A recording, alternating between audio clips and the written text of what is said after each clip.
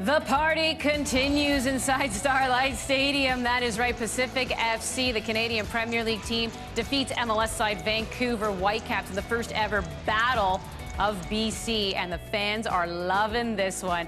Gareth is joining us to break this one down. I was going to dive into, right into some hard-hitting questions here, but you know what? I'm going to give you the floor for just a little bit, just to get your thoughts on this. Once again, Pacific doing what Cavalry did a couple years ago.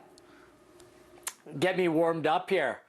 What a night for Canadian football. Honestly, everything that Ollie said in the previous block, I've said this so many times. If you're not paying attention to what's going on at all levels of Canadian soccer, you're simply missing out.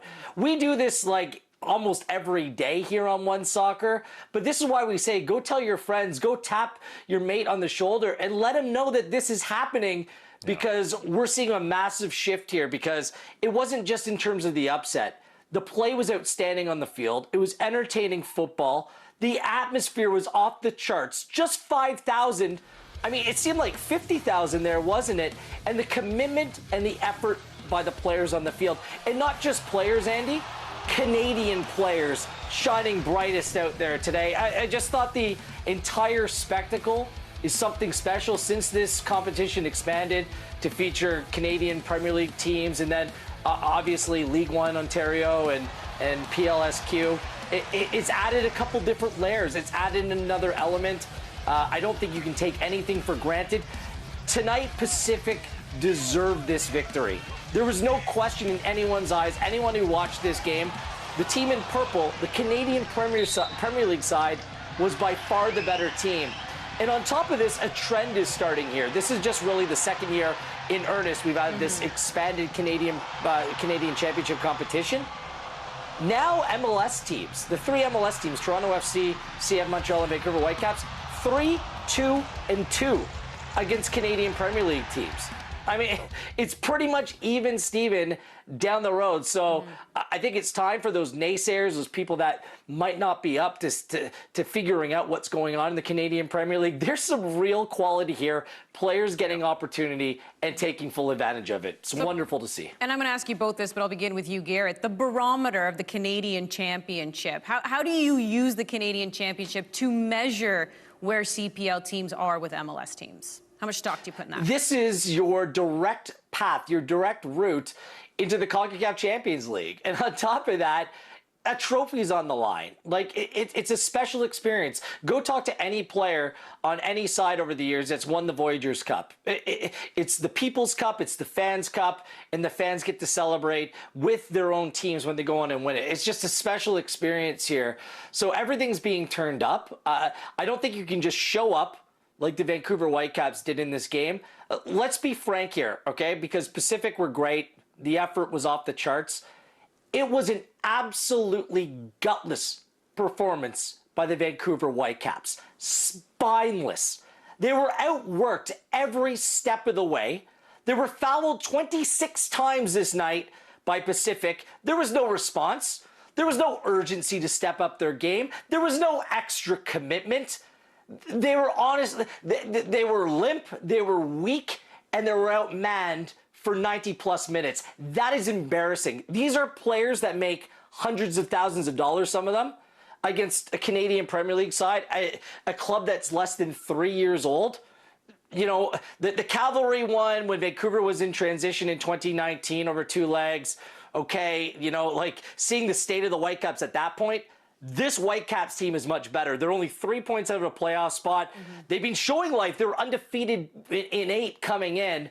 But to be outplayed and, more importantly, outworked, they were tonight. They should absolutely be embarrassed by that performance. Yeah, and in terms of the barometer, look, if you put these two teams in the same league over the course of a long season, it would be different, right? Money talks, and eventually that's going to show. I don't think that there's any question about that. But in a one-off game, those margins can become very, very fine if one team shows the kind of attitude and mentality that Pacific did tonight compared to what we got from the Whitecaps. And it's not excusable, as Gareth said. Like, Marc Dos Santos came out in an interview before this game and said he'd rather win this competition than win MLS Cup because he wants to be champion of his own country. He wants to be playing in the CONCACAF Champions League. For his players to put up that kind of just lifeless effort, like, it's really difficult to explain. It's inexcusable. And yeah, when you start to see that kind of difference again in mentality, the wage gap, the talent gap that is theoretically there, it disappears very, very quickly. See, you said it, Ollie. That talent gap theoretically is there. Tell me where, other than Ryan Gauld on the field, that the Whitecaps were better in that position tonight. Like, the fullbacks, Brown and Narinsky, were dreadful. I'd take Chung and Haynes, what they brought to the table over that. McNaughton and Samake were solid than Veselinovic and Rose. In the midfield, it was a no contest, really. Bikel, Metcalf, they were exceptionally poor. They were outworked by Dixon, Hujabrapor, and Aparicio, who was an absolute beast. In the wide areas, Dahomey had a couple nice moments, but the way that Josh Hurd worked, Terran Campbell leading the line, he was better than Brian White. So tell me, which side is actually the MLS side and which one's the Canadian Premier League side? Because really, they were outplayed in every position on the field with the exception of Ryan Gauld. Well, and to add to that, Wheels, who wasn't playing for Pacific tonight? Marco Bustos, their best player. Yeah. Yeah. Says it all. I do want to ask this question again, though, come mid to late September, of course, when we also see Toronto FC and CF Montreal join the fold, right? Because, not to take away again from what the CPL is doing, and it's pretty incredible what we saw here tonight, but it is both times that a CPL team defeated an MLS side, it was Vancouver Whitecaps, right? So let's see what York United can do against Toronto FC, although give credit to York, what they were able to do to Montreal 2 years ago, and then we'll see how Halifax can do against CF Montreal, right? So let's also park that question for mid-September, let's say. Pamadou Ka, this is, somebody who is really, we talked about it in the pregame show, we showed the stats, just the turnaround since he became head coach of Pacific, but what else is he doing, Gareth, right? Because you kind of get the sense that he's creating a true family environment. Well, one thing he's doing is kissing his players on their forehead as they come off the field. But I love it. Is that the thing? See this? Like it's something. Look, just boom. He kisses every one of his players their forehead when they come off the field, and I kind of just feel like he's his father figure. Remember, Ollie, what Pacific was like year one under Michael Silberbauer? Yeah. Like, there was no personality, there was no togetherness, there was no method, there was no extra meaning to it. Pamadou Ka knows what it's like. It's like he's in the trenches with these players. Like, he was with the Whitecaps too when a lot of these players who now play for Pacific were there as well. So these are established relationships. There's trust. You can see that the players are willing to fight through it. My biggest question about Pacific heading into this Canadian Premier League season, which, by the way, they're top of the table right now, was whether they had enough grit, whether they had that ability to grind out games. A lot of finesse players, which is fine. But on a night like tonight, and over the course of the 13 and 14 games thus far of the Canadian Premier League season, they've shown that. I give full credit to this head coach. Tactics are one thing, but man management is so important, especially at this level, especially what these players have gone through over COVID and a pandemic and everything that's been thrown their way. He's the perfect manager for this side, and he's a rising star in the North American coaching ranks.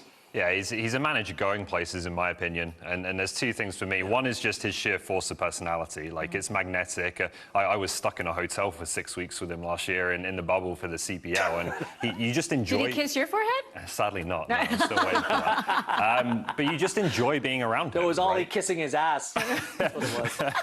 I'm about to here. Thanks, Gareth. But no, just being around him, he makes you feel like valued as a person. Right, Yeah. And if I feel like that as some random guy who's doing interviews with him, you can only imagine how his players feel like, right? And the second thing for me is he cares deeply about his players, and it's something I've asked him about a couple of times, about how a lot of managers keep a distance, put a bit of a barrier up because they have to drop these players sometimes. They have to make tough decisions, and he always shakes that off and says, no, I want to know everything about them. I want to really get in deep in their personalities and understand them, and he does that brilliantly, and is getting so much out of this group. Our foreheads are ready. If ever we want to feel like we're part of the team, our foreheads are ready over here. Wow. All right, Canadian Premier League action continues Saturday. You have Forge taking on York United. That's 4 p.m. ET, 1 p.m. Pacific, right here on OneSoccer.